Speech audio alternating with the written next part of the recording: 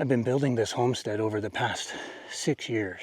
Today I'm going to take a walk around the entire homestead. I'm going to talk about each one of the systems, how I built it, why I built it, and how it ties into all the other systems. Everything here ties into shelter, water, food, power, and income.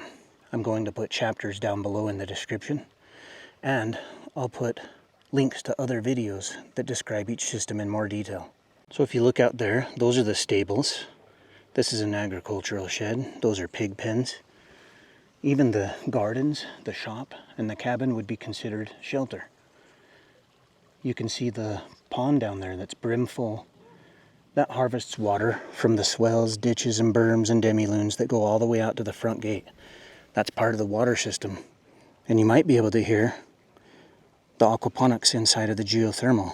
That's also part of the water system. Each one of these surfaces, there's a cistern behind that agricultural shed. There's a cistern on the side of the shop, and then those IBC totes to store water as well. That mound in front of the cabin is a root cellar, so that helps me store food, spaghetti, squash, and such that I harvest from the geothermal, usually each fall. And then of course I can grow some food in these gardens as well. And you can't see the pig pen very well right now, but I keep about 10 pigs in there, and that's 400 pounds of meat. There's a large solar system on the cabin. I've got about 25 500-watt solar panels on the roof. And there's a system on the shop that's about half that size.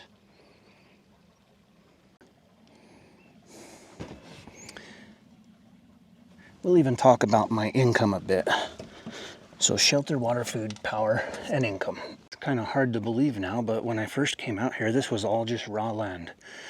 Just some dirt and the camper van here. And this has graduated into just being a work truck. But why I built it was so that I could start on my land with shelter. And within shelter, you can have shelter, water, food, power, and income. And so I had all those needs met right out the gate. There was even a solar system on the roof. Gives you somewhere to think and get out of the rain and the weather and all those things immediately. And how I built it was I looked for a vehicle before I moved on to my land that I could turn into a camper van. I had that intention, and I found this van. So I got this before I moved out here, probably 8 years ago now. It's wild. What in the world? Time flies. I think I paid $10,000 for that. And I just paid it off over 10 months, in fact. I paid it off early. So I owned it outright before I moved out here. And the way that it ties into all the other systems is it is my initial shelter, and shelter can house shelter, water, food, power, and income. Of course, there's shelter structures for the livestock. Just about anywhere you can build yourself a shop without needing to have permits. A small one, granted. But that's what I did. One of the first things I did, because all I had was a camper van. This allowed me to park it in the shade on the side. It allowed me to harvest rainwater, harvest solar energy, store food items and tools and things that I needed. And so I came out here with shelter, water, food, power, and income. And then I built an accessory shelter, water, food, power, and income. You see what I'm saying is redundancy. I started with redundancy right out the gate. And the plan was always to build a cabin. I took my time, and that's just an additional source of shelter. I can work in the shop, I can weld in the shop, I can fix things in the shop, I can store things in the shop. And the cabin now has just provided homeostasis. That's what shelter really is. Somewhere to be comfortable and protected from the elements. There's the wraparound porch, which gives a lot of shade. It just has Reflectix insulation. Just Reflectix. It works perfectly fine. There's air conditioning in there. There's a masonry heater for heat. I've got diesel heaters for backup heat, and even the heat pump for the air conditioning creates heat if I want to. So why did I build the shop? I built it because I needed somewhere to put tools and food and all those kind of things. The camper van was not enough. I needed something to start to expand. How I built it is, it's simply a lot like a pole barn, but even easier. A lot of scrap material. I just put down some 4x4s for skids, and it's kind of a mix between a pole barn and a stick frame. Just something really simple, but it did cost about $4,000 to build at the time, which is kind of wild. It was in 2020 when wood was through the roof. My cabin here, this is my own design. You can probably see, there's poles. It's kind of like a pole barn. There's actually 20 posts. They're set below the frost line in concrete. They go all the way to the roof.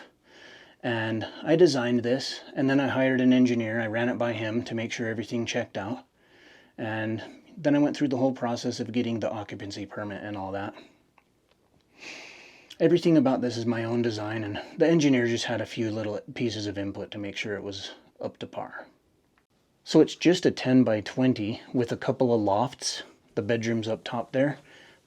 This is a full-size set of stairs. I've got dogs, so they can run up and down if they want to. There's the masonry heater in the back there. That keeps the place nice and toasty, and the entire underneath the cabin stays warm for the cats and stuff. This is all I need. It's a 10 by 20, but because of the loft, and maybe if you count the deck and the loft, it's kind of like living in 300 square feet. I'm outside on the homestead most of the time.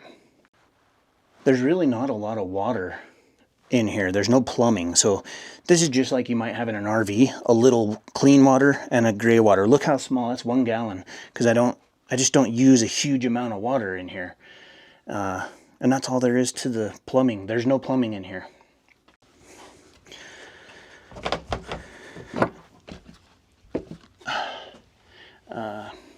I did put a shower in the shop pretty quickly, and that's been nice. And recently I've been starting to tinker with just having a simple shower here and a washer and dryer, not plumbing, but I can just pump water in, and then the gray water can come out.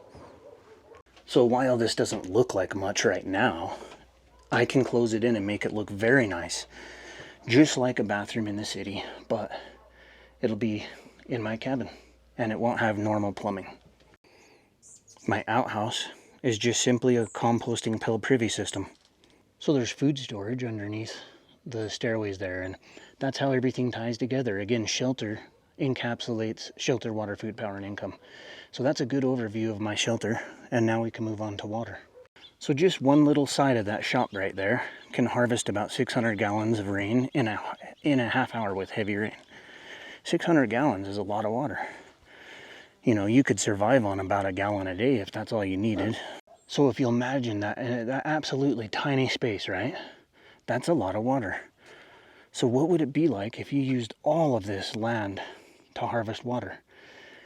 And what I've done is carved ditches, swells, demi-lunes from that front gate through the second gate all the way to the back of the property.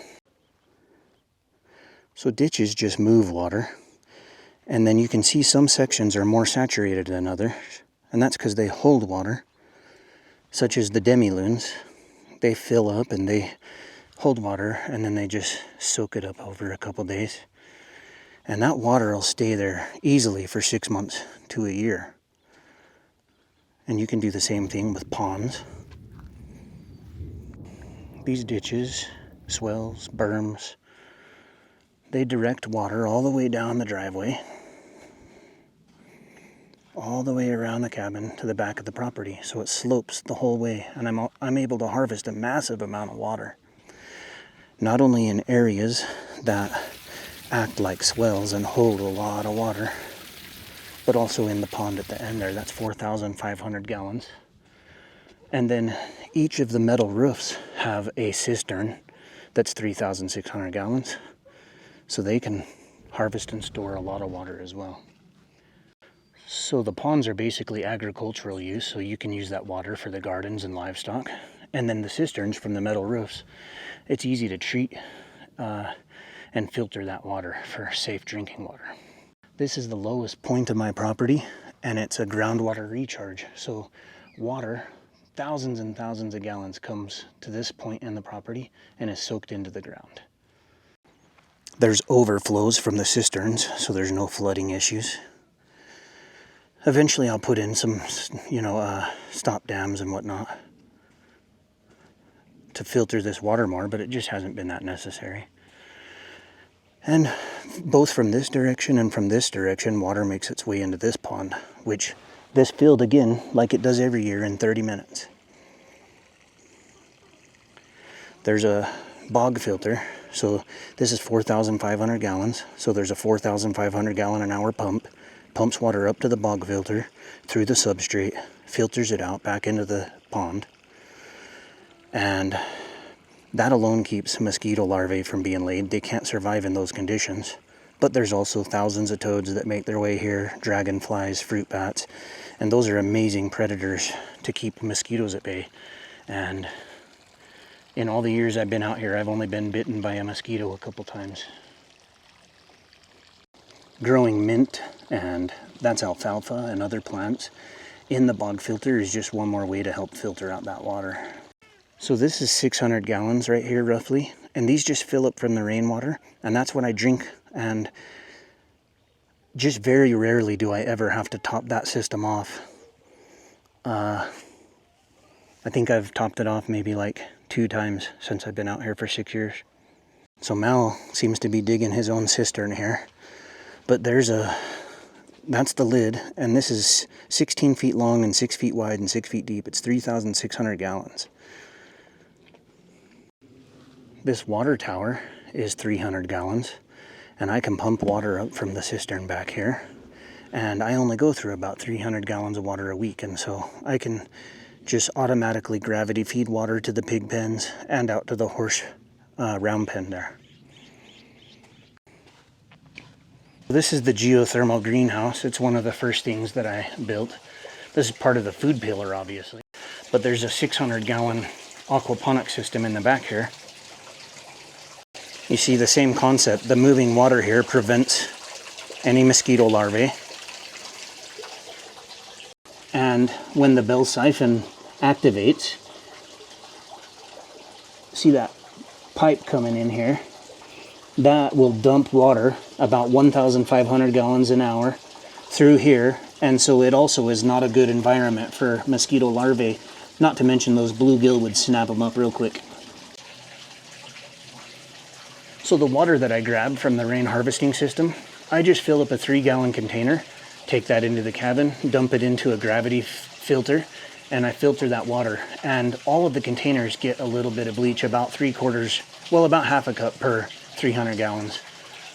And so you can kill out virus and bacteria, and then you can filter out everything else. And that's the water system. And the next system is food. So we're in the geothermal now. I dug this to help regulate temperature. The aquaponics mass helps regulate the temperature in here. It can get pretty hot, and it's just a better environment in here for growing. There's some tomatoes there, and squash has always been one of the best performers in this garden. This is a new almond tree, which probably got a little shocked from planting. This is a mulberry, and I think I killed this peach. These are some potatoes and some more squash of some kind. I really haven't focused on the gardens this year much because I hurt my back earlier and decided to kind of just let things go. So this is 32 feet long, 16 feet wide, and it's probably 12 feet deep at the back and a little less up here. It doesn't flood because there's berms around it. The water in a real heavy rain does leak in a little bit, but that essentially waters the garden for free, you know. It's never been a problem it never flooded, never been a problem. Berms will keep water out of anything. There's also 200 linear feet of 4-inch corrugated tubing, and it's about 3 feet below the ground here, and that really can help regulate the temperature as well. The horse manure is gold, and so is the composting system here, and that's how I've built up every bit of soil on the homestead here. I've never brought in anything. I have another, just a regular greenhouse there. That composting area works as a garden. And then I keep small pigs. These are easy for me to process. So there's always 400 pounds of meat on the homestead. Why? Because that's a year's supply of meat. Chickens also, you know, they're constantly providing eggs. And so that's nice to have those on hand. This is not a glamorous homestead show that I pretend to grow 100% of my food or anything. These are just, you know, the point is to reduce your dependency. You know, you're not gonna usually become 100% sustainable, and it also doesn't make sense. You know, if you can buy chicken for half the cost that it costs to raise your own chicken meat, maybe you should just buy the chicken, you know?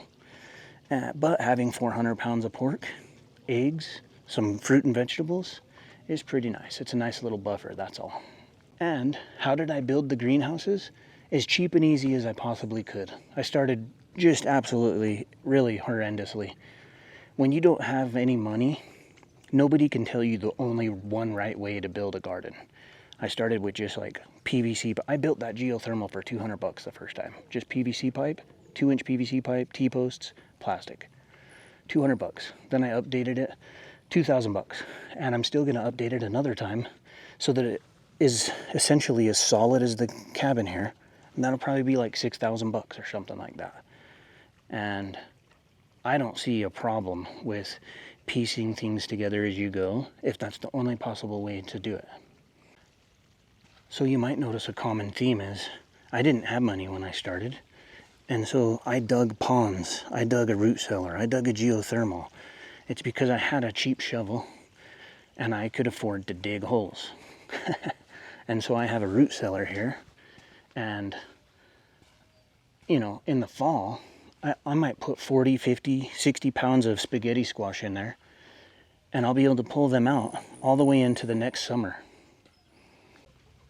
So the common theme with, you know, well, with everything really, shelter, water, food, power, and income. I started with nothing. I used scrap material when I could. I built things cheaply and improved them as I could.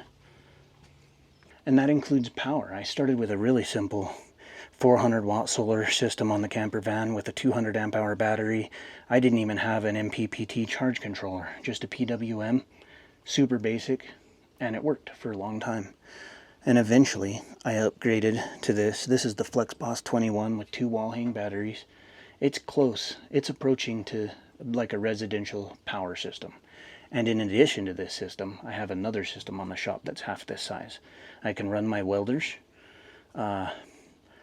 I think I'll be able to run my plasma cutter soon because I'm going to put in a 70 amp and a 50 amp in the breaker box. And part of that is because I have a new water heater it's a residential sized water heater. It requires 70 amps. So, and then I'm also going to put in a washer and dryer. Oh, so I ordered a 30 amp also. So I'm just slowly, steadily improving on systems. But I started with very little. The system I talked about would do just fine. A 2,000 watt hour power station to get you by. Or if you can swing it, about a $6,000 system where you piece together a hybrid inverter and probably at least 300 amp hours of battery. That's a pretty good start. So we're finally to income. Income is important, but notice it's at the bottom of the list because I was able to get by, and I'll tell you how I did that. But then once I got myself kind of situated and I've got the infrastructure in place, I just recently went back and really improved on my income. So how did I get by without focusing on income at first? Well, I bought the piece of land and paid in full for it. I bought the camper van and paid it off. I moved from the city to here, and that got rid of rent and mortgage. So now, instead of paying $1,000 a month for rent or mortgage, I'm not spending $1,000 a month for rent or mortgage. That's $12,000 a year that I don't need to spend anymore. And when I first started, the truth is, the very first that I started, I wasn't making any money. But reasonably quick, within a couple months, I was able to start making about $500 a month. And that sounds like nothing, but it was enough to get by on until I just slowly built myself up. And I started with, I built a website before I came out here. I started to tell my story and document my story and blog and make videos saying, hey, this is what I plan to do. People started to follow along and got interest in it. Eventually, I had interest in some different herbal tea blends and different products like that, and I started to sell those, and that really helped me out along the way. A lot of people assume YouTube paved the way, but it took a very long time to make pretty minimal money. It's nice, but it's not the backbone. I think having assets that you own, like your website and content on the website, is more important. And so after 6 years of that, saving money, paying down debt, not paying mortgage, being really careful with my money, not wasting it on crap, I started to create a buffer so that if my starter went out, that's okay. And I never had that. I was always poor growing up. And putting a bit of savings aside so that when something happens, I can pay for it, that really helped. It's important. And then after 6 years out here, I realized what I have to offer is way more valuable than some products. And so I actually discontinued all my products, even though they were helping me quite a bit. It was scary to rebrand completely, but I did it because I have something more valuable to offer people. And that is how to start a frugal homestead with next to nothing. And so I just tell people, I walk people through how I did what I did and how they could do it too and be successful. And there's a lot of millionaires out there, guys, that live check to check. So they're rich technically, but they're spending all of it. It's called lifestyle drift. So they make a ton of money, but they spend a ton of money. And at the end of the day, if they don't make that next month's income, they're going to be homeless too, just like the average 9-to-5er. And what a lot of them want is to be content. And that's what this is. I have what a lot of millionaires wish they had, and you can too, by simply owning your land, owning your farm truck, owning your other vehicle, owning your shop, your home in full, and not digging a hole for yourself. I think it'd be better to own a $13,000 cabin outright than to have a $200,000 home that you may never own. If you find all of that interesting, guys, you can pick up my book I wrote about this entire situation. I have small batch author printed versions. And once a month, I do a live Q&A where I can answer specific situations. And once a month, I do a live Q&A where I can answer specific questions about your situation.